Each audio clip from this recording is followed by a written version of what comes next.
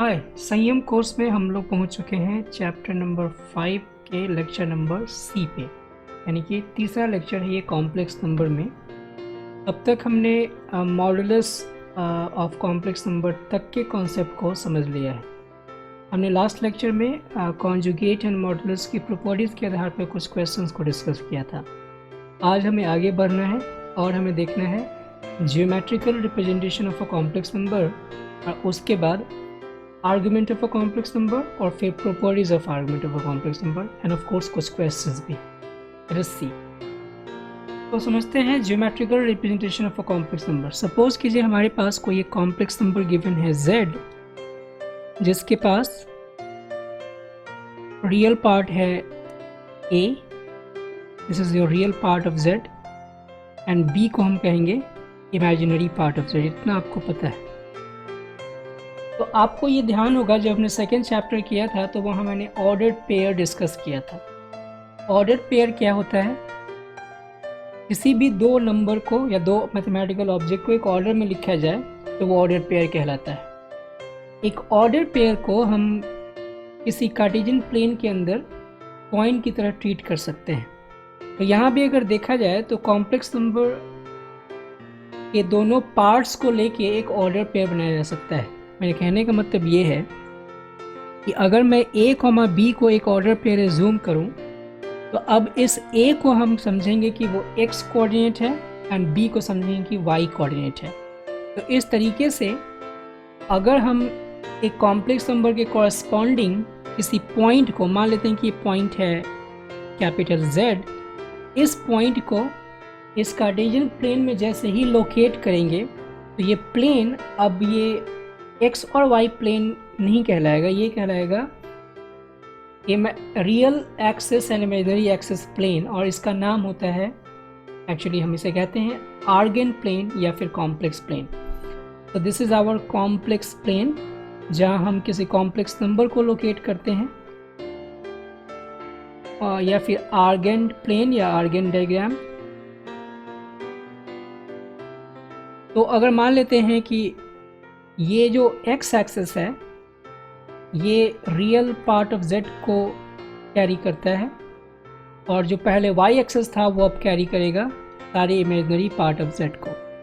That means कि अगर y axis पे हम बढ़ते जाएं आगे इस ओरिजिन से, तो यहाँ पे पहला 1 यूनिट आएगा i, देन आएगा 2i, देन आएगा 3i एंड सो ऑन। तो सपोज कीजिए कि हम यहाँ पे पहुँच चुके हैं और ये है bi।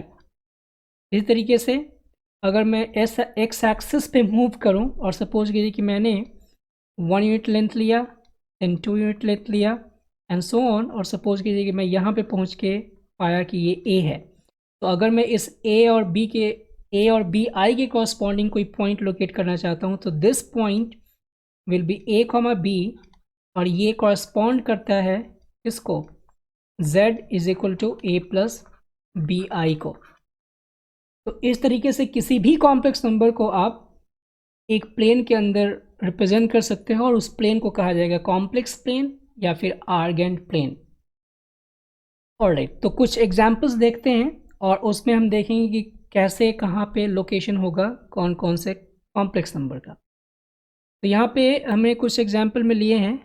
क्वेश्चन है locate the following complex numbers in the Argand plane, और ये आर्गेन प्लेन मैंने पहले ही से ड्रॉ करके रखा है आप लोगों के लिए, तो इसको समझने का प्रयास करते हैं। पहला कॉम्प्लेक्स नंबर है z is equal to -2i। So -2i का सीधा सा मतलब है इसके पास x कोऑर्डिनेट 0 है एंड y कोऑर्डिनेट -2 है। It corresponds to the point 0, -2 on the Argand plane.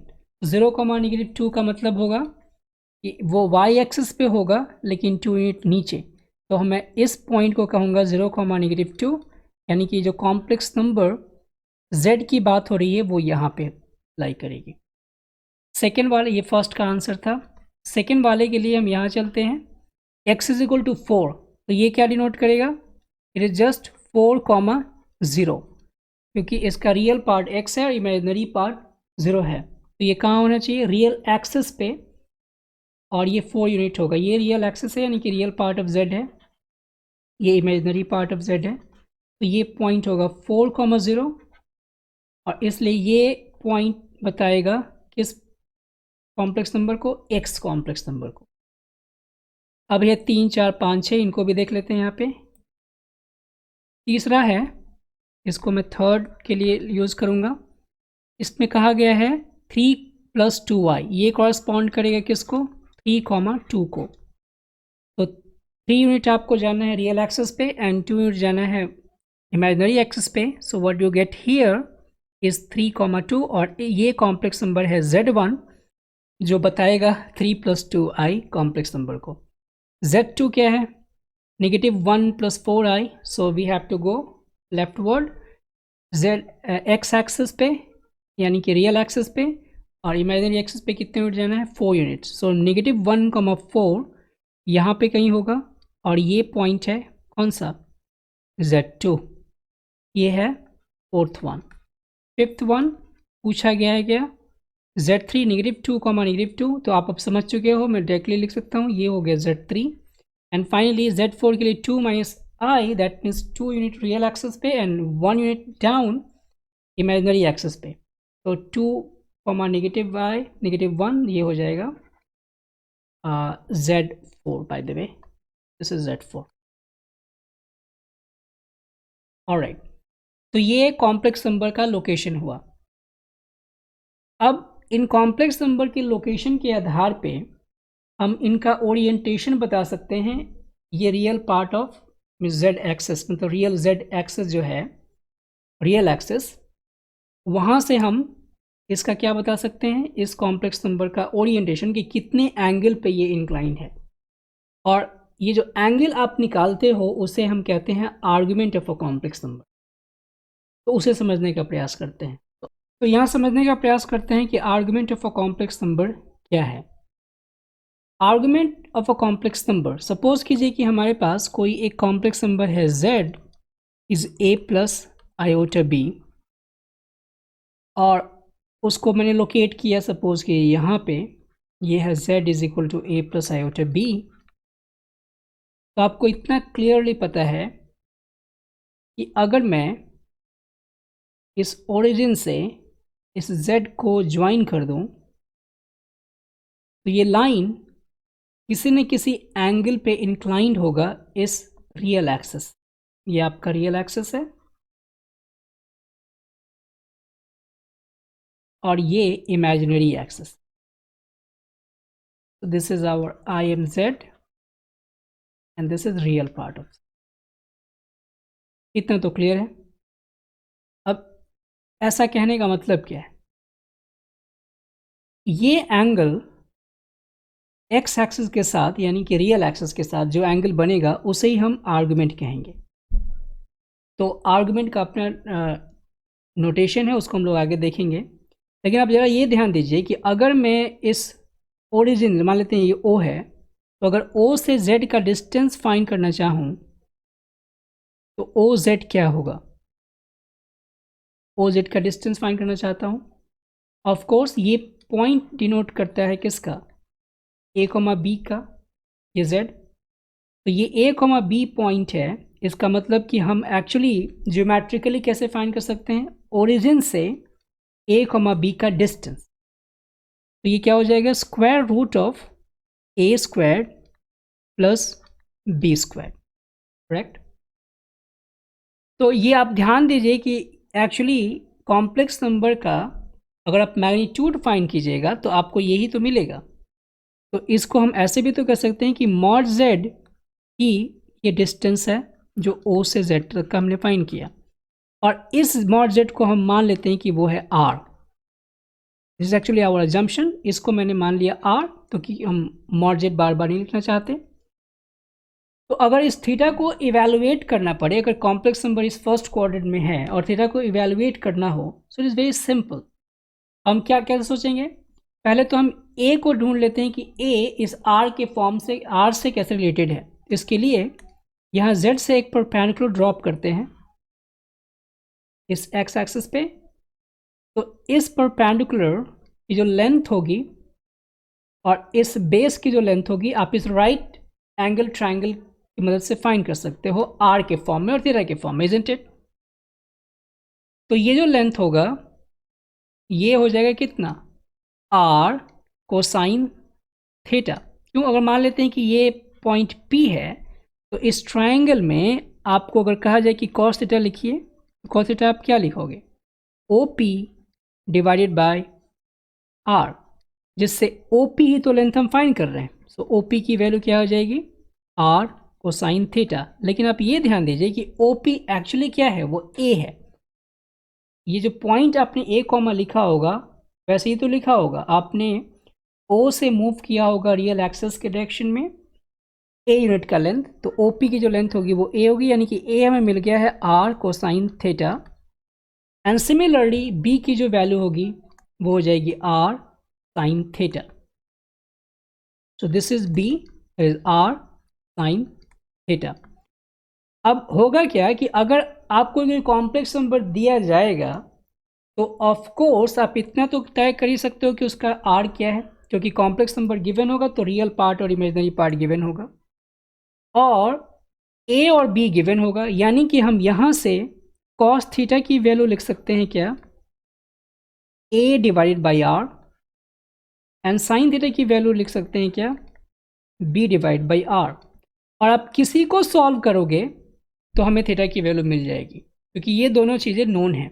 लेकिन इसमें एक इम्पॉर्टेंट चीज़ है, उसको समझना हमारे लिए महत्वपूर्ण है।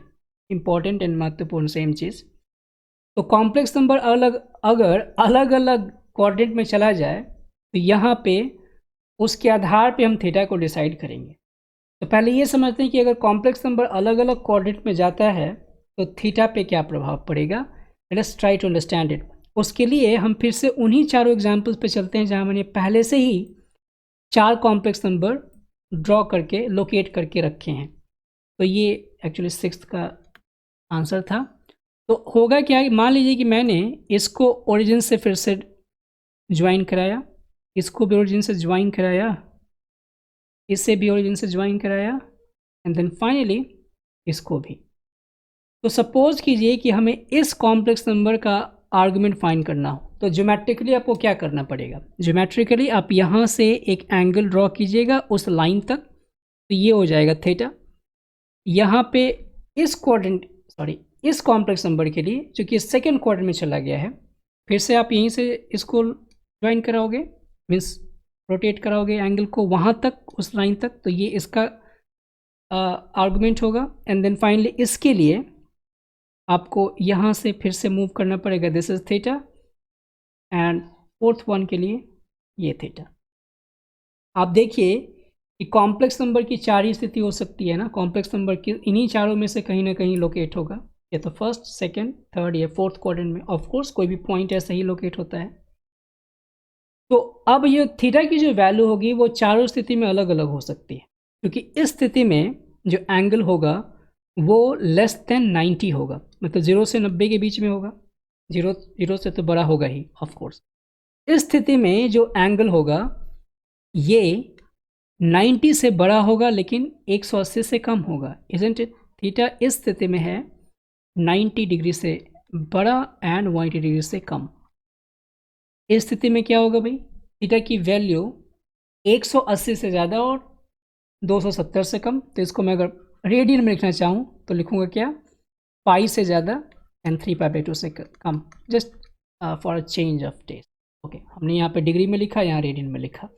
और यहाँ पे क्या हो जाएगा भाई, थीटा की वैल्यू 3π/2 से 2π के बीच में, करेक्ट। तो अलग अलग क्वाड्रेंट के आधार पे अलग अलग आर्गुमेंट मिलेगा। तो इस तरीके से जो भी हम आर्गुमेंट फाइंड करेंगे उन्हें कहेंगे हम लोग जनरल आर्गुमेंट, यानी कि जनरल आर्गुमेंट जो भी आप फाइंड कर रहे हैं उसको हम मान लो कि कैपिटल ARG लिखते हैं, कैपिटल ARG थीटा, वो कहाँ से कहाँ तक लाई करेगा, लाइज बिटवीन 0 एंड 2π। तो मोर प्रिसाइजली अगर मैं लिखना चाहूँ मैथमेटिकली, ये हो जाएगा 2π से कम और 0 से ज़्यादा। यानी कि अगर कॉम्प्लेक्स नंबर बिल्कुल रियल एक्सिस पे लाई करता हो पॉजिटिव डायरेक्शन में, तो वहाँ आपका आर्गुमेंट 0 काउंट होगा। अगर वो मूव करके फिर से उसी 2 पाई यूनिट के एंगल पे चला जाए, 2 पाई रोटेशन के बाद भी फिर से वो 0 ही काम। एनीवे, तो ये है जनरल आर्गुमेंट जो कि 0 से 2 पाई के बीच में लाई करता है। और यहाँ पे आप देखिए कि 0 से 2 पाई का जो लेंथ है वो 2 पाई है, यानी कि आर्गुमेंट को डिफाइन करने के लिए अगर हम कोई भी लेंथ 2 पाई का लें तो हमारा काम बन सकता है। और हमारे लिए किसी ने कहा कि π/2 से आप एक पूरा रोटेशन तय कर लीजिए, 5π/2 तक चले जाइए, तो उस पूरे रोटेशन के दौरान जो एंगल मिलेगा उसे हम आर्गुमेंट कह सकते हैं। लेकिन इसमें कन्फ्यूजन हो सकता है, तो यहाँ पे प्रिंसिपल आर्गुमेंट काम करता है कि प्रिंसिपल आर्गुमेंट डिफाइन करके दे दिया गया है, उस डेफिनेशन के तहत ही आपको रहना है, एंड देन उसके आधार पे ही आपको आर्गुमेंट तय करना होगा किसी भी गिवन कॉम्प्लेक्स नंबर का, ताकि कन्फ्यूज़न ना हो। तो प्रिंसिपल आर्गुमेंट क्या है वो देखते हैं। प्रिंसिपल आर्गुमेंट डिफाइन कैसे किया गया है? Principal argument and we call it arg of Z. यहाँ ध्यान दीजिए कि मैंने स्मॉल a लिखा है, तो इस आर्गुमेंट की जो वैल्यू होगी वो लाई करती है -π से पाई के बीच में।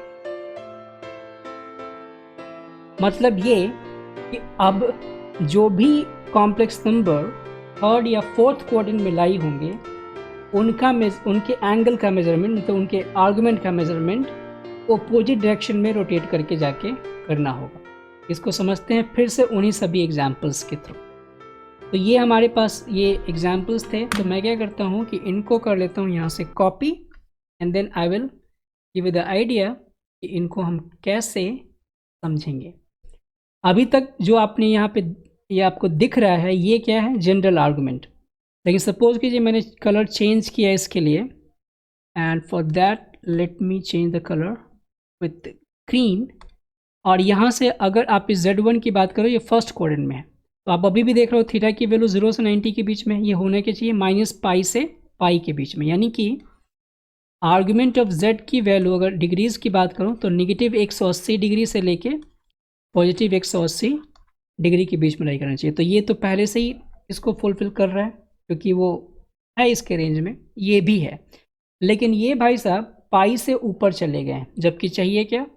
-180 से 180 से ऊपर जाना ही नहीं है। तो अब इसके आर्गुमेंट को ढूंढने के लिए हमें इस रियल एक्सिस से अपोजिट डायरेक्शन में मूव करना पड़ेगा। तो आपको ट्रिग्नोमेट्री में बताया गया है कि अगर आप क्लॉकवाइज रोटेशन में जाते हो तो एंगल कैसा मेजर होता है? नेगेटिव। तो अब ये 0 से कहाँ तक लाई करेगा? ये जो थीटा आप यहाँ पे ढूंढ रहे हो, that is argument of Z, इस केस में ये कहाँ पे लाई कर रहा है? Z3 सॉरी, ये थर्ड क्वाड्रेंट में, लेकिन आपको अपोजिट जाना है। तो ये आर्गुमेंट ऑफ Z जो होगा वो लाई करेगा कहाँ से कहाँ तक? -π/2 से -π तक। आई मीन अपोजिट से -π से -π/2 तक, क्योंकि आप ये जो एक्सेस है वो अब -π/2 होगा, अब इधर से मूव कीजिएगा। और उसी तरीके से Z4 के लिए हमारे पास ये मिल जाएगा। अब अगर ऐसे मूव किया जाएगा तो दैट विल बी जस्ट -π/2 से 0 के बीच में। तो इस तरीके से हम यहाँ पे ये देख पा रहे हैं कि आर्गुमेंट ऑफ Z, जो प्रिंसिपल आर्गुमेंट ऑफ Z होगा वो -π से पाई के बीच में डिफाइन होगा। अब इस आर्गुमेंट को फाइन करने का क्या तरीका है, इसको देखते हैं कुछ एग्जाम्पल्स के थ्रू। जनरली पहले ये समझा जाए कि आर्गुमेंट कैसे हम फाइंड करेंगे। उसके लिए मान लीजिए कि हमारे पास Z था a + i/b पहले से, और हमने अभी दिखा था कि a को हम लिख सकते हैं r cosine theta and b को लिख सकते हैं r साइन थीटा। आपने अभी देखा था, जहाँ पर r की वैल्यू क्या है? मॉडुलस ऑफ Z, और यहाँ से हम cos theta and sine theta वगैरह देख सकते हैं। तो यहाँ वही काम करेंगे। यहाँ देखिए Z जो है वह है i - i। इसका मतलब हम मॉड Z निकालेंगे, दैट मीन्स हम पहले R निकालेंगे। ये पहले पार्ट का सोल्यूशन मैं बता रहा हूँ। तो R की वैल्यू क्या हो जाएगी यहाँ से?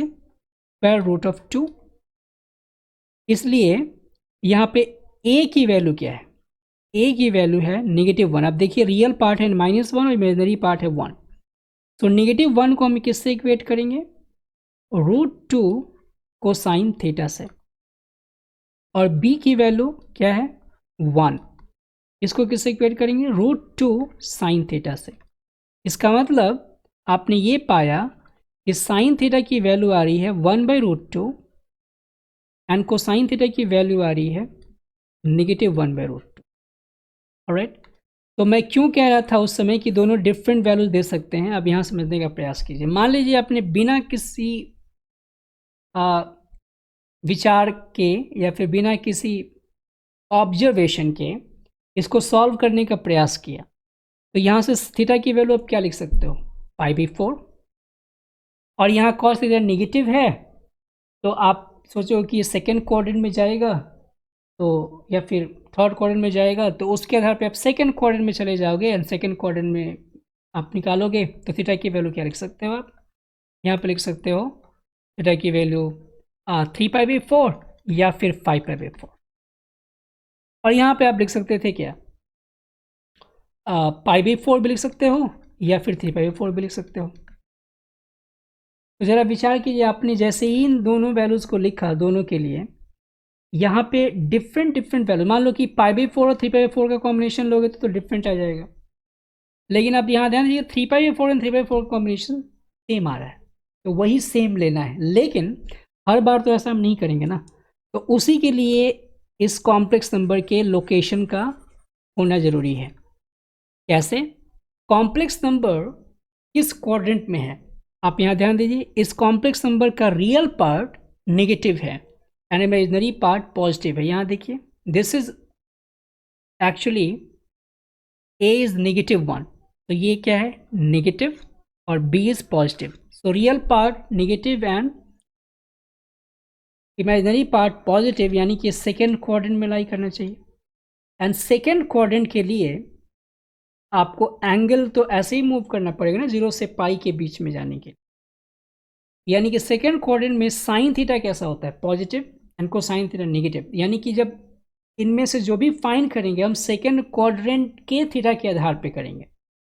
आंसर देने के लिए इनमें से कोई भी एक इवैल्यूएशन सफिशिएंट है, ऐसा नहीं कि दोनों को फाइंड करना पड़ेगा, लेकिन हम उस थीटा को फाइंड करेंगे जिसके कॉरस्पॉन्डिंग कॉम्प्लेक्स नंबर इस सेकेंड क्वाड्रेंट में लाई कर रहा है इस पर्टिकुलर क्वेश्चन के लिए।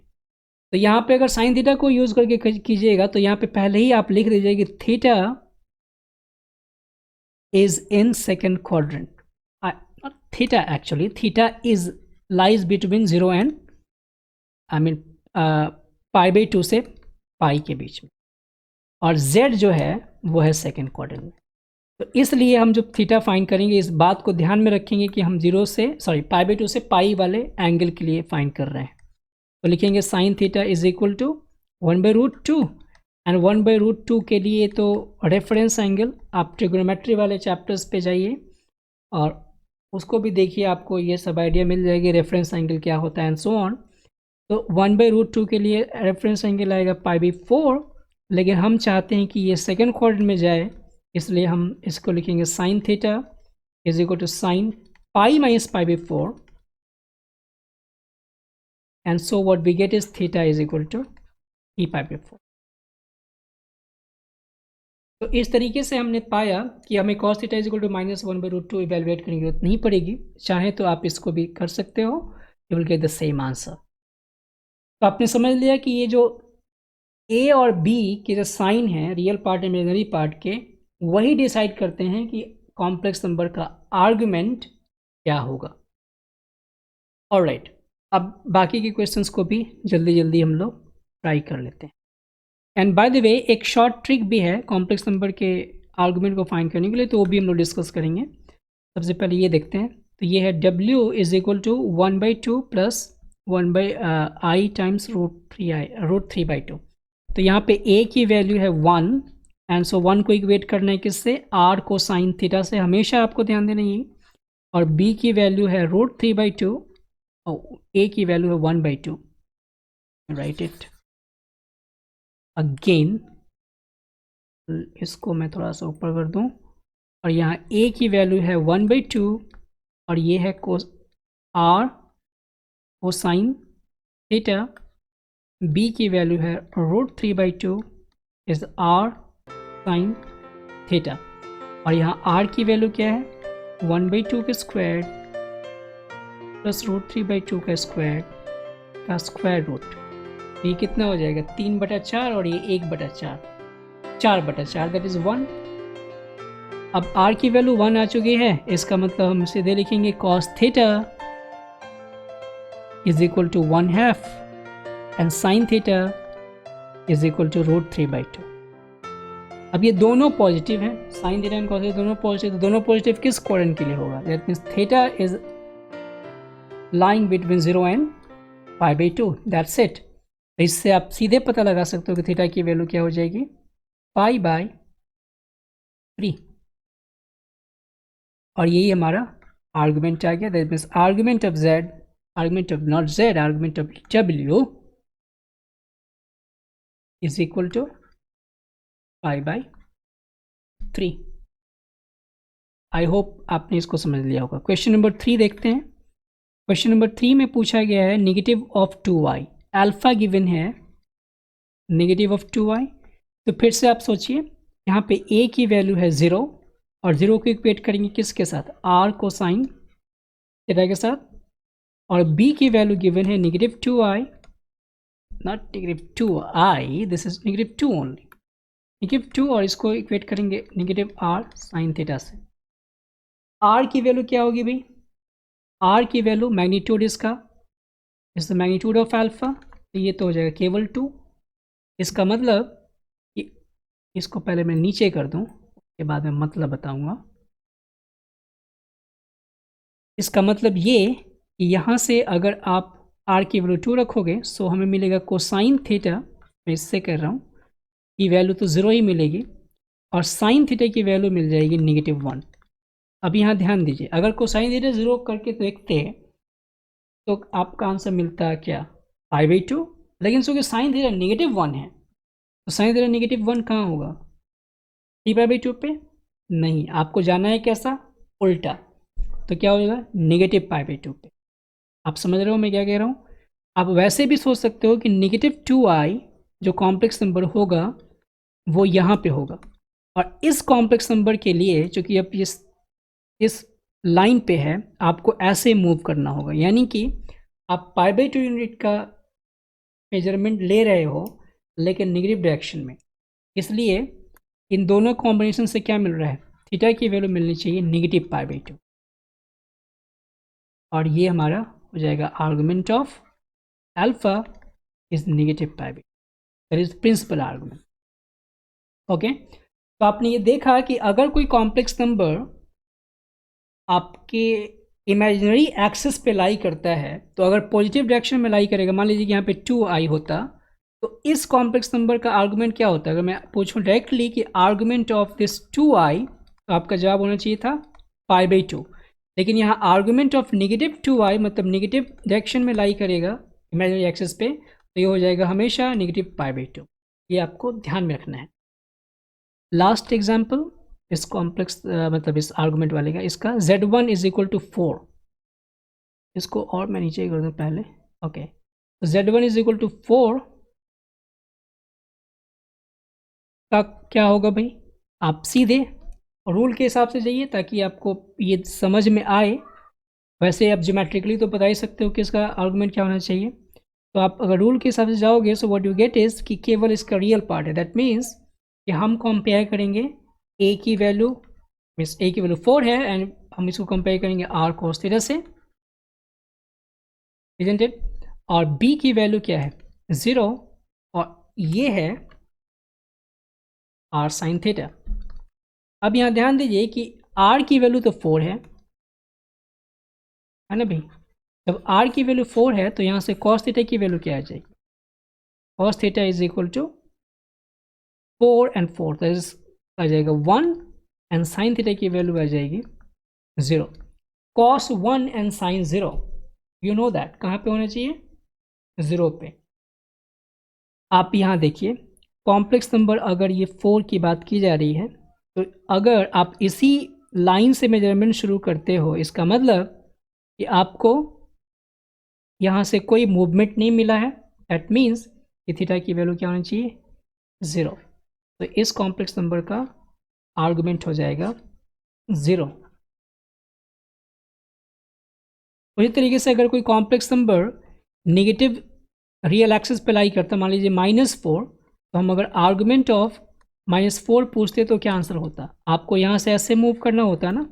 और यहाँ ध्यान दीजिए, इसी वजह से आर्गुमेंट ऑफ आप मतलब प्रिंसिपल आर्गुमेंट को जब डिफाइन किया गया है, तो यह पाई पे क्या है, कंटेंड है, मतलब पाई पे इक्वल है और नेगेटिव पाई पे इक्वल नहीं है। मतलब यहाँ पे स्ट्रिक्ट इनइक्वालिटी और यहाँ इक्वालिटी है। ये स्ट्रिक्ट ग्रेटर देन नेगेटिव पाई है और यहाँ पे इक्वल टू पाई है। क्योंकि अगर कोई नंबर कॉम्प्लेक्स नंबर इस पार्ट पे यहाँ पे लाई करता है नेगेटिव रियल एक्सिस पे, तो यहाँ कन्फ्यूजन हो सकती थी कि हम इधर से रोटेट करके लें या फिर इधर से रोटेट करके लें। तो अगर इधर से रोटेट करते तो नेगेटिव पाई होता और इधर से रोटेट करते तो पाई होता, तो कौन सी वैल्यू लिखते। इसी वजह से नेगेटिव पाई को एक्सक्लूड कर दिया गया है, तो एक ही कोई वैल्यू लिखेंगे। तो यहाँ पे क्या लिखेंगे, ये वाला। दैट मीन्स आर्गुमेंट ऑफ -4 आएगा पाई। राइट, तो ये आपने समझ लिया। फिर से मैं इसको रिवाइज कराता हूँ बोल के। कोई भी कॉम्प्लेक्स नंबर अगर रियल एक्सिस पे लाई करेगा पॉजिटिव डायरेक्शन में, तो उसका आर्गुमेंट होगा 0। नेगेटिव रियल एक्सिस पे लाई करेगा तो उसका आर्गुमेंट हो जाएगा पाई। अगर पॉजिटिव वाई एक्सिस पे यानी कि इमेजिनरी एक्सिस पे लाई करेगा तो उसका आर्गुमेंट हो जाएगा π/2। और अगर नेगेटिव इमेजिनरी एक्सिस पे लाई करेगा तो उसका आर्गुमेंट हो जाएगा नेगेटिव π/2। ये आपको ध्यान में रखना है।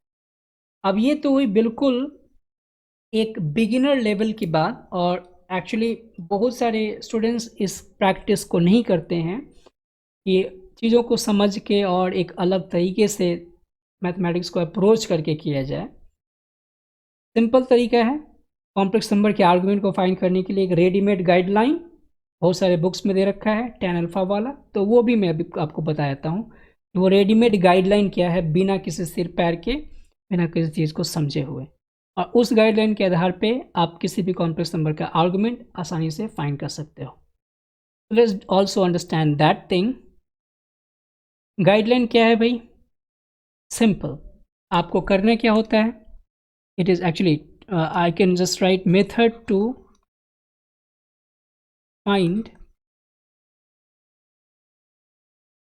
argument of any complex number।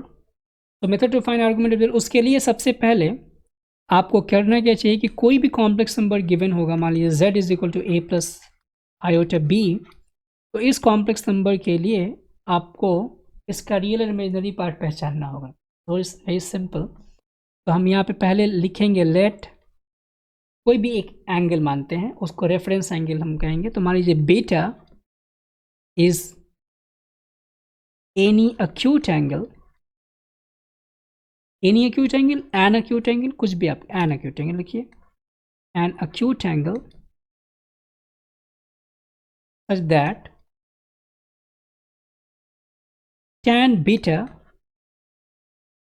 हमेशा लेना है मॉडुलस ऑफ b बाई ए।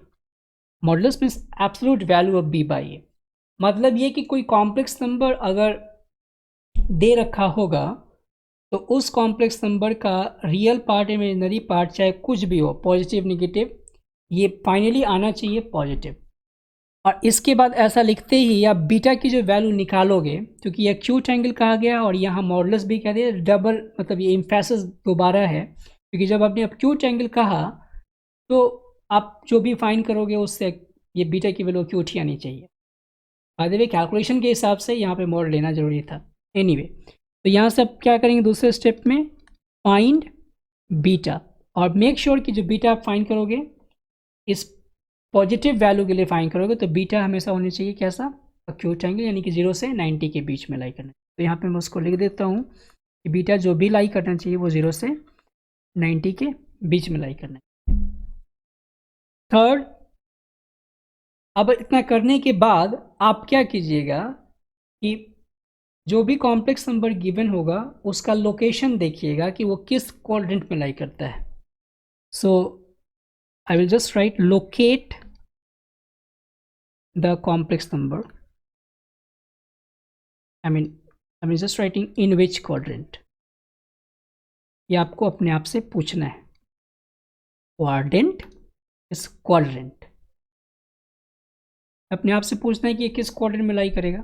और उसके बाद इतना करने के बाद आपको बस ये रेडीमेड ग्राफ याद करना है, जो कि आपने कहीं ना कहीं मुझे लगता है कि ट्रिगोनोमेट्री में भी इस चीज़ को देखा था।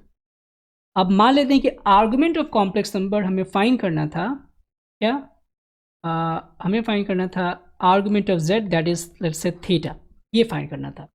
तो अगर कॉम्प्लेक्स नंबर इस क्वाड्रेंट में लाई करेगा फर्स्ट क्वाड्रेंट में, तो जो भी आपने बीटा फाइंड किया है ना, वही बीटा थीटा हो जाएगा, यानी कि वही आर्गुमेंट ऑफ z हो जाएगा। अगर सेकेंड क्वाड्रेंट में जाएगा तो थीटा की वैल्यू हो जाएगी pi minus beta. Third quadrant में अगर कॉम्प्लेक्स नंबर होता है तो क्योंकि आपको ऑपोजिट डायरेक्शन में मूव करके जाना है, तो यहाँ पे थीटा हो जाएगा इस एंगल का opposite, that means beta minus pi. और अगर फोर्थ क्वाड्रेंट में कॉम्प्लेक्स नंबर है तो आपको फिर से ऑपोजिट डायरेक्शन में जाना है, तो इस बीटा का नेगेटिव हो जाएगा, theta is equal to minus beta.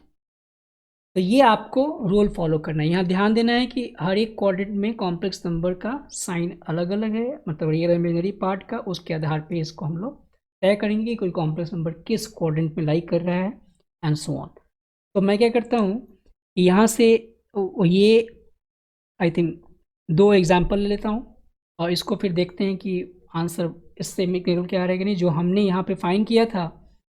तो मैं फर्स्ट एग्जांपल लेता हूँ, फर्स्ट एग्जांपल को मैं करूँगा, बाकी सारे एग्जांपल्स आप लोग खुद से कर सकते हो। यहाँ पे ध्यान दीजिए कि इसका आर्गुमेंट आया था 3/4। तो जो हमने मेथड अभी देखा है, क्या उससे भी आंसर 3/4 आएगा? ऑफ कोर्स आना ही चाहिए। तो z है i-1, लेट्स गो देयर।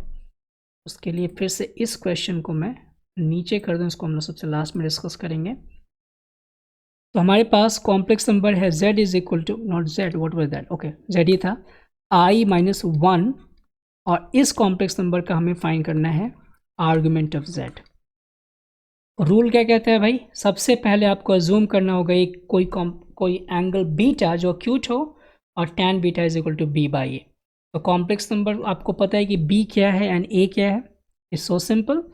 हम यहाँ पहले लिखेंगे कि लेट बीटा जो एंगल है बी एन एक्यूट एंगल, क्योंकि हम अपनी तरफ से इसको अज्यूम कर रहे हैं, तो ये मेंशन करना ज़रूरी होगा आपके सोल्यूशन में, नहीं तो लोग कंफ्यूज हो जाएंगे। एक्यूट एंगल, और यहाँ सच दैट कैसा एक्यूट एंगल है भाई, आपने जब अज्यूम किया है तो कैसा है, इट इज़ लाइक कि हम tan बीटा हमेशा लेने वाले हैं modulus of b by A. b by A, b क्या है, तो यहाँ कॉम्प्लेक्स नंबर जो गिवन है उसके आधार पे हम a और b निकालेंगे। तो देयरफॉर हम क्या लिखना चाहते हैं कि tan beta must be equal to, b की वैल्यू में निकाली है 1 और a की वैल्यू -1। अब आपको ध्यान में आ रहा होगा कि मॉडुलस देने का क्या फ़ायदा है, मतलब ये एब्सोल्यूट वैल्यू देने का क्या फ़ायदा है। ये हो जाएगा 1, और जैसे ये 1 आया, we don't have to bother much, because हमें तो चाहिए positive angle, sorry positive acute angle. तो जब एक्यूट एंगल चाहिए, so we have to only think on the first quadrant. So tan beta is equal to 1। tan किस angle पे 1 देता है भाई, π/4, यानी कि 45 डिग्री पे।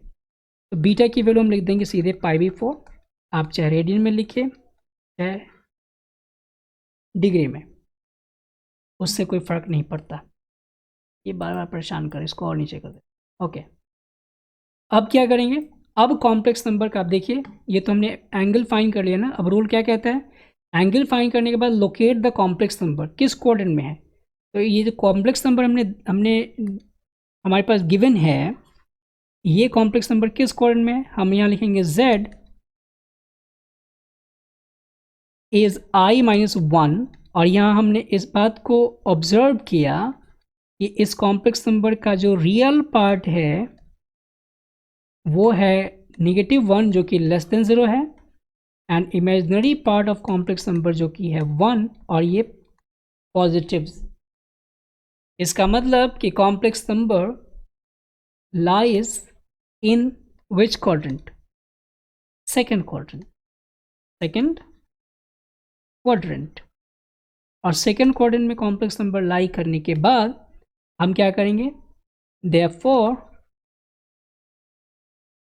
हम फिर वो डायग्राम फॉलो करेंगे सीधे। तो सेकेंड क्वाड्रेंट में अगर कॉम्प्लेक्स नंबर लाई करता है तो आर्गुमेंट निकालने क्या तरीका है, पाई माइनस बीटा, जो आपने बीटा फाइंड किया है उसको पाई से सब्ट्रैक्ट कर दोगे तो आर्गुमेंट आ जाएगा।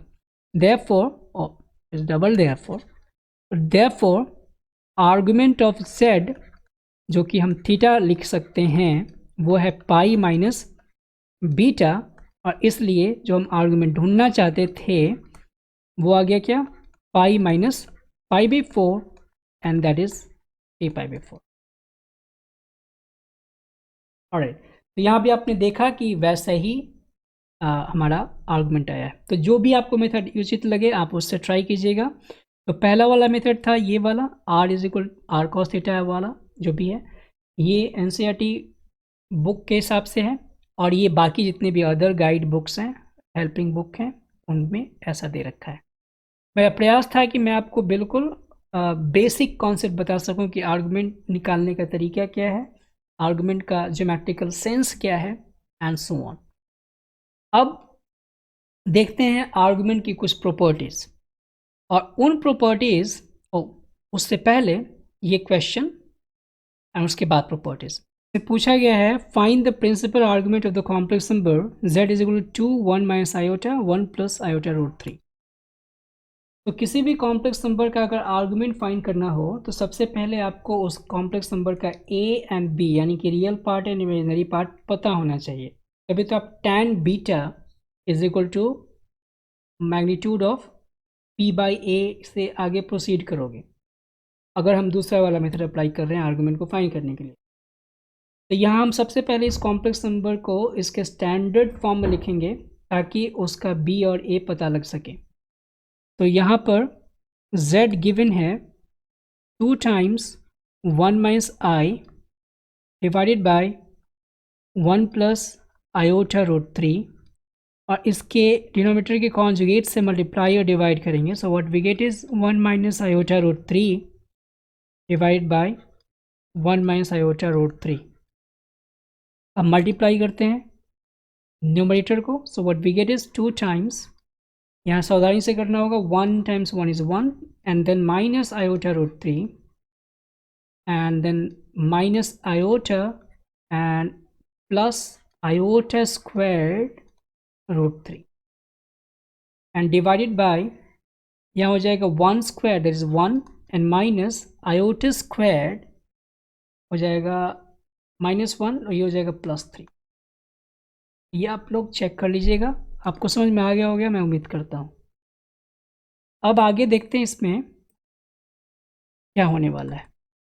ये हो जाएगा 2, इसमें कलेक्ट करते हैं रियल इमेजिनरी पार्ट को, ये आयोटा स्क्वायर की वैल्यू हो जाएगी -1, तो 1 के साथ रूट 3 चला जाएगा, 1 minus root 3 real part, and imaginary part में हम इन दोनों में से माइनस का साइन कॉमन ले सकते हैं, आई कॉमन ले सकते हैं, तो नेगेटिव आई, और यहाँ बच जाएगा root 3 plus 1 and divided by 4।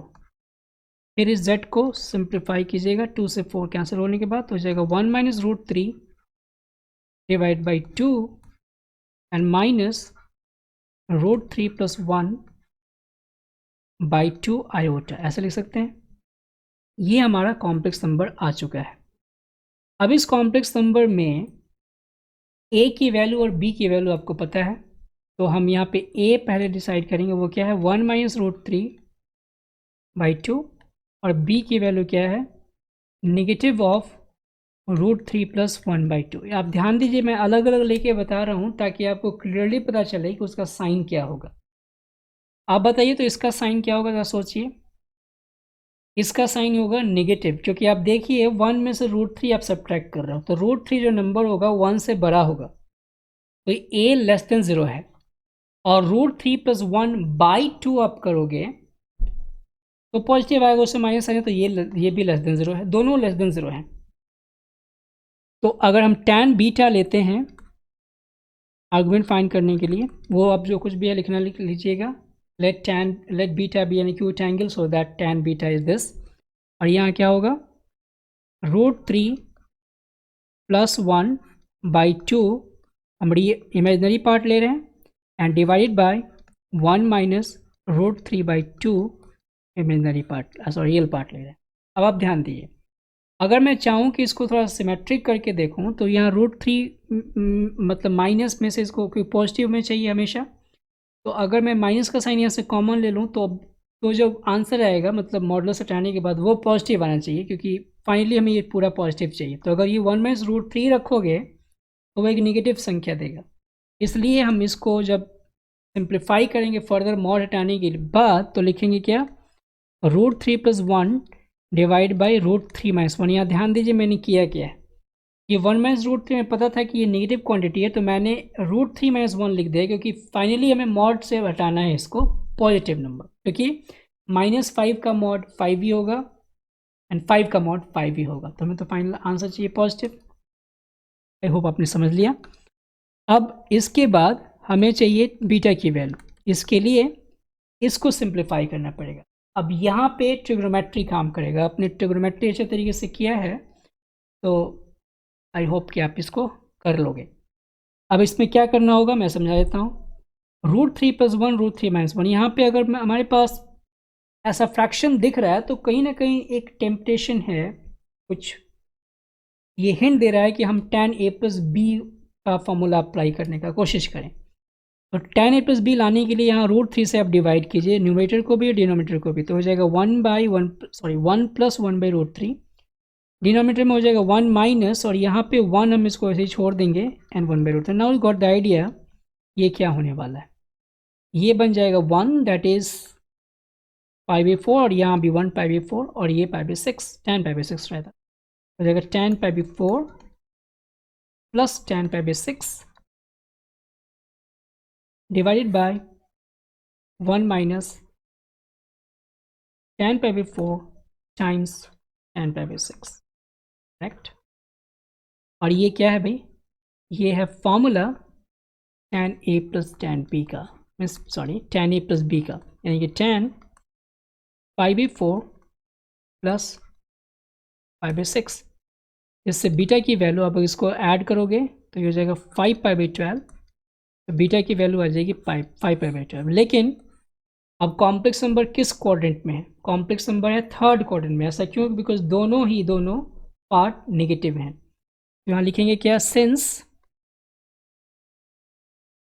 z is equal to जो भी दे रखा है, मैं उसको लिख नहीं रहा, इज इन थर्ड क्वाड्रेंट, इसलिए जो हम आर्गुमेंट ऑफ z जिसको हम थीटा कहते हैं बार बार, वो लिखा जाएगा क्या, बीटा माइनस पाई, करेक्ट। आप वो देख सकते हैं यहाँ पे मैंने जो लिखवाया है रूल में, इसके आधार पे बीटा माइनस पाई। तो इसलिए जो बीटा की वैल्यू हमने निकाली वो 5π/12 है, ये हो जाएगा 5π/12 minus pi, and so this is -7π/12 and that is our answer. I hope कि आपने इसको समझ लिया होगा। अब बढ़ते हैं आगे और फटाफट देख लेते हैं कि प्रॉपर्टीज ऑफ आर्गुमेंट क्या है। और यहाँ प्रॉपर्टीज ऑफ आर्गुमेंट से मतलब है प्रॉपर्टीज ऑफ प्रिंसिपल आर्गुमेंट। तो अगर पहला आर्गुमेंट देखा जाए, प्रॉपर्टी देखा जाए, तो अगर दो कॉम्प्लेक्स नंबर का प्रोडक्ट दे रखा हो और उसका आर्गुमेंट करें तो ये हो जाएगा argument of z1 plus argument of z2। दो कॉम्प्लेक्स नंबर का अगर रेशियो हो तो that will be argument of z1 minus argument of z2। Then अगर argument of z to the power n हो तो हो जाएगा n times argument of z। And एक चीज़ और है, आर्गुमेंट ऑफ अगर z बार हो तो it is negative of argument of z। इन सभी प्रॉपर्टीज़ को हम लोग अगली क्लास में देखेंगे भी एक बार फिर, मतलब अप्लाई करके, और वहाँ वेरिफिकेशन हो जाएगा इसका जब हम लोग उसको अप्लाई करेंगे। तो आई थिंक नेक्स्ट या फिर उससे नेक्स्ट जब भी आएगा मौका। तो अभी आप इतने प्रॉपर्टी आप ध्यान में रखिए, ये प्रिंसिपल आर्गुमेंट के लिए है। अब इस प्रॉपर्टी के आधार पे आखिर में इसका यूज़ क्या है, प्रॉपर्टी के आधार पे हम कुछ क्वेश्चंस को इजी कर सकते हैं हैंडल करने के लिए। जैसे जो अभी क्वेश्चन हमने किया है 2 टाइम्स 1 माइनस आई 1 प्लस आयोटा रूट 3, इस क्वेश्चन को अगर मैं इस प्रॉपर्टी के आधार पे करने का प्रयास करूं तो हमें क्या मिलना चाहिए। लेट्स ट्राई टू अंडरस्टैंड मैं क्या कहना चाहता हूँ। यहाँ इन सभी प्रॉपर्टीज़ को यहाँ दिखना चाहिए। So let me just wait to you. और यहाँ z हमारे पास क्वेश्चन था 2 times 1 minus iota and 1 plus iota root 3। आपसे पूछा गया है कि इस कॉम्प्लेक्स नंबर का आर्गुमेंट बताइए। तो एक्चुअली आप कर क्या रहे हो, is the argument of z। इसका मतलब हम आर्गुमेंट ऑफ ये बड़ा सा कॉम्प्लेक्स नंबर फाइंड करें। isn't it?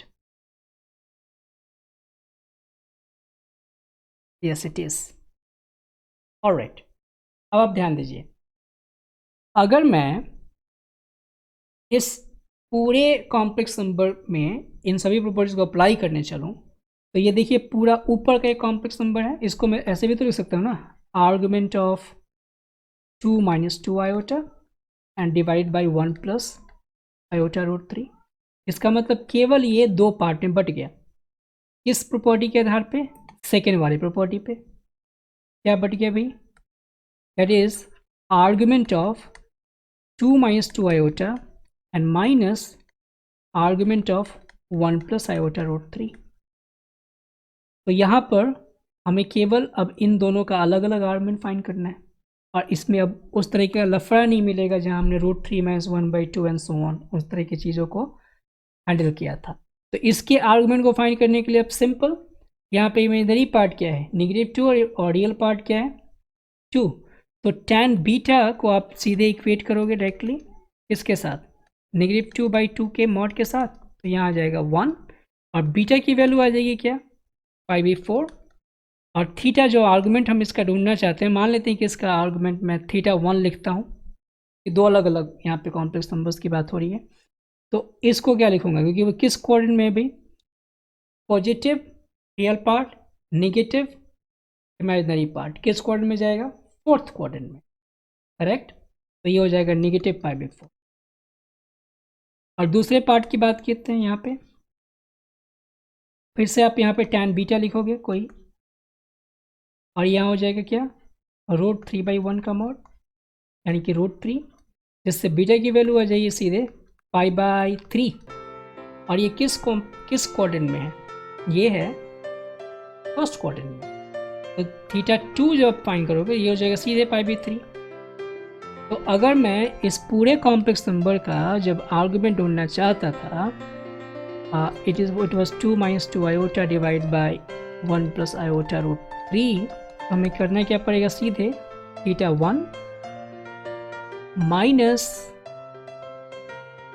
θ2, करेक्ट। और इसलिए -π/4 प्लस